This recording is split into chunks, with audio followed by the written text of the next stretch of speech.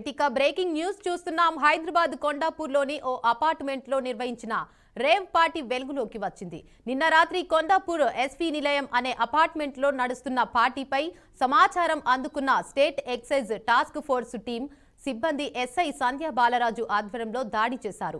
దీనిలో 11 మందిపై కేసు నమోదు, 9 మందిని అరెస్టు చేశారు. డ్రగ్స్ తో పాటు 6 కార్లు, 11 సెల్ ఫోన్లు స్వాధీనం చేసుకున్నారు. అనంతరం వారిని షేర్లింగంపల్లి ఎక్సైజ్ అధికారులకు అప్పగించారు. వీకెండ్ వచ్చిందంటే చాలు విజయవాడ తదితర ప్రాంతాలకు చెందిన ముఠాలు హైదరాబాద్ యువతను తీసుకొచ్చి సర్వీస్ అపార్ట్మెంట్లలో రేవ్ పార్టీలను నిర్వహిస్తున్నారు.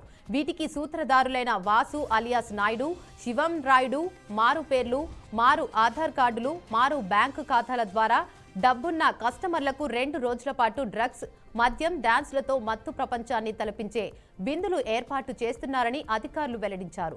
చట్ట విరుద్ధమైన చర్యలకు ఎవరైనా పాల్పడితే కఠిన చర్యలు తీసుకుంటామని అధికారులు హెచ్చరించారు.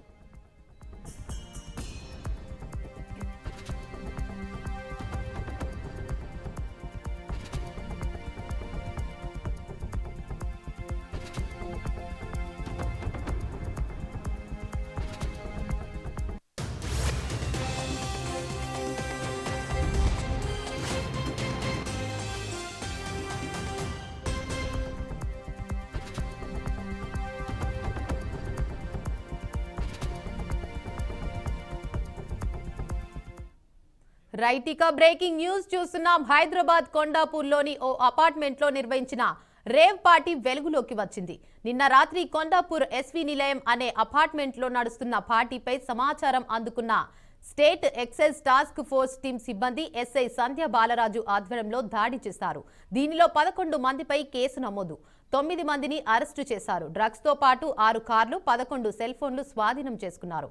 అనంతరం వారిని షేర్లింగంపల్లి ఎక్సైజ్ అధికారులకు అప్పగించారు. వీకెండ్ వచ్చిందంటే చాలు విజయవాడ తదితర ప్రాంతాలకు చెందిన ముఠాలు హైదరాబాద్ యువతను తీసుకొచ్చి సర్వీస్ అపార్ట్మెంట్లలో రేవ్ పార్టీలను నిర్వహిస్తున్నారు. వీటిని సూత్రధారులైన వాసు అలియాస్ నాయుడు, శివం రాయుడు మారు పేర్లు, మారు ఆధార్ కార్డులు, మారు బ్యాంకు ఖాతాల ద్వారా డబ్బున్న కస్టమర్లకు 2 రోజుల పాటు డ్రగ్స్, మద్యం, డాన్స్లతో మత్తు ప్రపంచాన్ని తలపించే విందులు ఏర్పాటు చేస్తున్నారని అధికారులు వెల్లడించారు.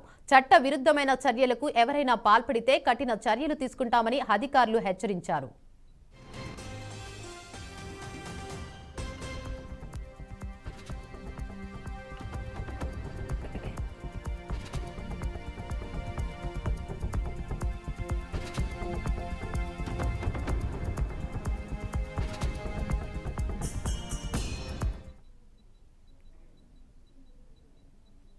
పాకిస్తాన్లో రుతుపవనాల ప్రభావంతో గత నెల రోజులుగా కురుస్తున్న భారీ వర్షాలకు ఆకస్మిక వరదలు సంభవించాయి. దీంతో దేశవ్యాప్తంగా జనజీవనం స్తంభించిపోయింది. జూన్ 26న ప్రారంభమైన ఈ వర్షాలు ఇప్పటికీ కొనసాగుతుండటంతో నదులు, వాగులు ఉప్పొంగాయి. దాంతో పలు గ్రామాలు జల దిగ్బంధనంలో చిక్కుకున్నాయి. వర్ష బీభత్సానికి రోడ్లు, వంతెనలు తెగిపోయి రవాణా వ్యవస్థ తలకిందులైంది. విద్యుత్, నీటి సరఫరా కూడా అంతరాయం ఏర్పడింది. ఇక ఈ భారీ వర్షాల కారణంగా ఇప్పటి వరకు 266 మంది మృతి చెందగా వీరిలో 126 మంది చిన్నారులు ఉన్నట్లు అధికారులు తెలిపారు. పంజాబ్లో అత్యధికంగా 144 మంది ప్రాణాలు కోల్పోయారు.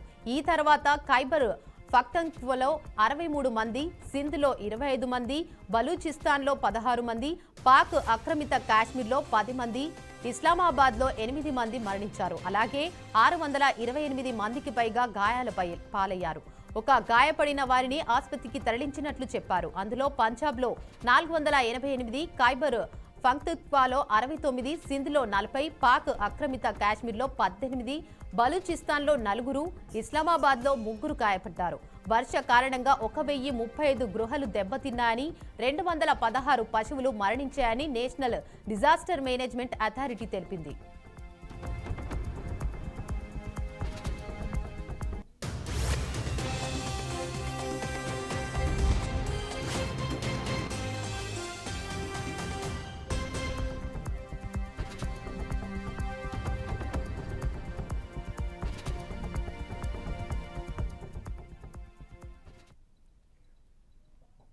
ఆస్ట్రేలియాలో భారతీయ విద్యార్థులు తీవ్రమైన అవమానాలు, దాడులకు గురవుతున్న ఘటనలు వరుసగా వెలుగులోకి వస్తున్నాయి. ముఖ్యంగా చదువుకోవడానికి ఆ దేశానికి వెళ్లిన భారతీయ యువతపై జాత్యహంకార దాడులు ఆందోళనలు కలిగిస్తున్నాయి. చదువుకోవడానికి తమ భవిష్యత్తును పణంగా పెట్టి వెళ్లిన విద్యార్థులు భద్రత లేని వాతావరణంలో జీవించాల్సిన పరిస్థితి ఏర్పడింది. ఇటీవల మెల్బోర్న్, సిడ్నీ, బ్రిస్టెన్ వంటి నగరాల్లో ఇండియన్ స్టూడెంట్స్ పై దాడులు జరిగాయి. ఈ దాడుల్లో విద్యార్థులపై నేరుగా దాడి చేయడం, అపహాస్యం చేయడం, వారి ఆస్తులను ధ్వంసం చేయడం వంటి ఘటనలు చోటు చేసుకుంటున్నాయి.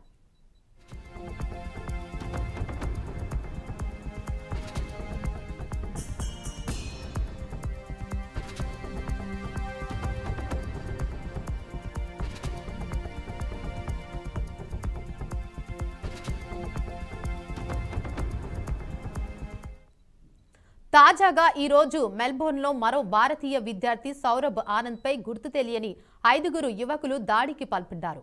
ఓ షాపింగ్ సెంటర్ బయట తుపాకులు, కత్తులతో దాడి చేసి అతడిని తీవ్రంగా గాయపరిచారు. ఈ దాడిలో సౌరభ్ ఆనంద్కు వెన్నుముక, భుజం విరిగిపోయిందని వైద్యులు తెలిపారు. ప్రస్తుతం బాధితుడు స్థానిక ఆసుపత్రిలో చికిత్స పొందుతున్నాడు.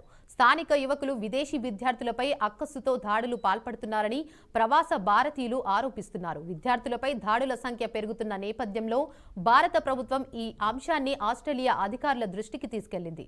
భారతీయ విద్యార్థుల భద్రతపై ఆగ్రహం వ్యక్తం చేస్తూ ఇటువంటి దాడులకు పాల్పడితే కఠిన చర్యలు తీసుకుంటామని భారత ప్రభుత్వం హెచ్చరించింది.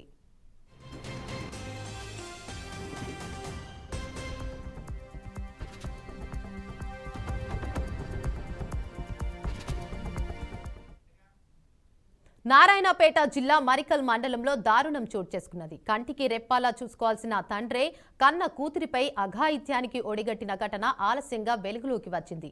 మండలంలోని పూసలపాడు గ్రామానికి చెందిన ఓ వ్యక్తి తన 9 ఏళ్ల కూతురిపై లైంగిక దాడికి పాల్పడ్డాడు. ఇంట్లో ఎవరూ లేని సమయంలో 5వ తరగతి చదువుతున్న చిన్నారిపై అఘాయిత్యానికి పాల్పడ్డాడు.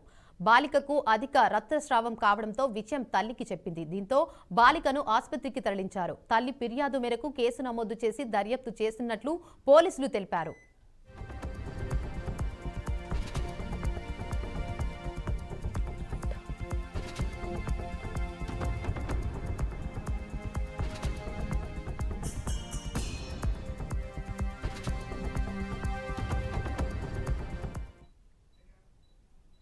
మేడ్చల్ జిల్లా కీసరగుట్ట పుణ్యక్షేత్రమైన శ్రీ భవానీ రామలింగేశ్వర స్వామి వారిని ఎమ్మెల్యే చామకూర మల్లారెడ్డి దర్శించుకున్నారు. స్వామివారికి ప్రత్యేక పూజలు నిర్వహించారు. వేద పండితులచే తీవ్ర ప్రసాదాలు, ఆశీర్వాదం తీసుకున్నారు. కీసరగుట్ట దైవ దర్శనం చేసుకోవడం చాలా సంతోషంగా ఉందని తెలియజేశారు. అనంతరం మాజీ ఎంపీ సంతోష్ రావుతో కలిసి హరితహారంలో పాల్గొన్నారు.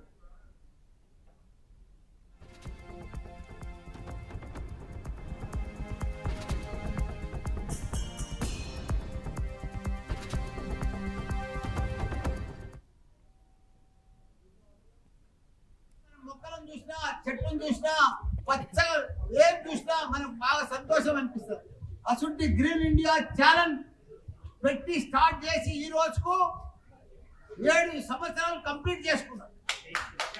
8th ఇయర్ స్టార్ట్ అయిపోయింది.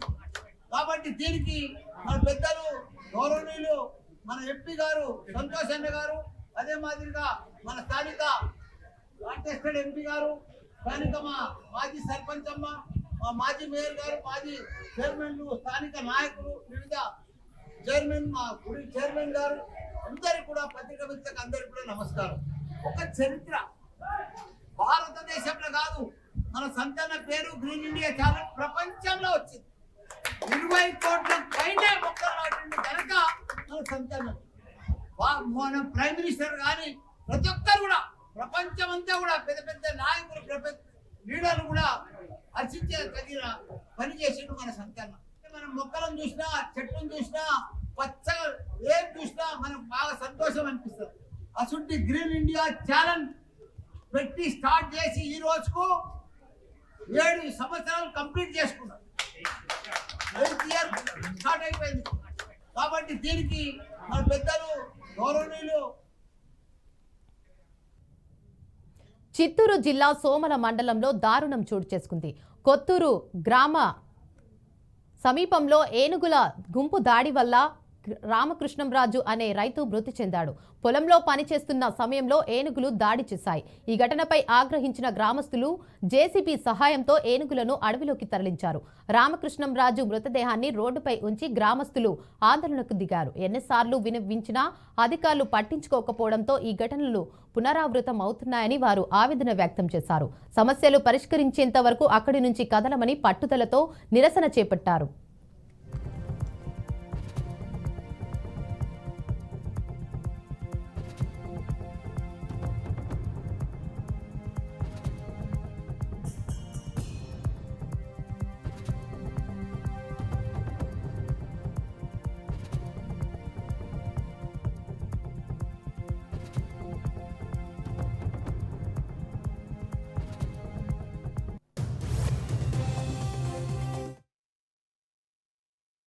తమ్ముడు చనిపోయినాడు. మాకు పారిశ్రామిక ఏది కానీ మాకు సాధించలేదు. మాకు న్యాయం జరిగేంత వరకు మేము ఇక్కడ నుంచి బాడీ కూడా తీసుకోలేదు. మాకు న్యాయం జరిగేంత వరకు ఈ ఊరంతా కూడా ఇక్కడే కూర్చుంటాము. కలెక్టర్ గారు రావాలి, డిప్యూటీ సీఎం గారు ఇద్దరు వచ్చేంత వరకు, మాకు న్యాయం జరిగేంత వరకు ఎన్ని రోజులైనా సరే మేము ఇక్కడే కూర్చొని ఇదే విధంగా మా ఊరంతా కంటిన్యూస్ గా ఉండి ఇదే విధంగా మేము ధర్నా చేస్తాం. రాష్ట్రం అంతా కూడా ఈ న్యూస్ వెళ్ళే వరకు పెట్టేంత వరకు ప్రతి చేస్తాం. ఎవరైతే ఈ పార్టీ దగ్గర నుంచి ఎవరిని వదిలేదే లేదు. సమస్యలు మేము ఎవరైతే ఎత్తాం, అసలు బాడీ ఎత్తేదే ఊరి నుంచి. అసలు ఎవరైనా రైతులకు న్యాయం చేయాలి. రైతులు ఈ రోజు పొలం జరగకుండా భయపడుతున్నారు. వీళ్ళు ఇంట్లో నిద్రపోతున్నారు. మాకెవరు న్యాయం చేయడం లేదు. మా కష్టం మేము పడతా ఉన్నాం. మా కష్టం మాకు తెలుసు. మీరు ఇంట్లో తినేసి లక్షల జీతాలు చూసుకుంటున్నారు. మాకెవరు న్యాయం చేయడం లేదు. మేము పడే కష్టాలు మాకు తెలుసు. మాకు న్యాయం జరగాలి. మాకు ఏనుగుల వల్ల మా తమ్ముడు చనిపోయినాడు. మాకు పారిశ్రామిక ఏది కానీ మాకు సాధించలేదు.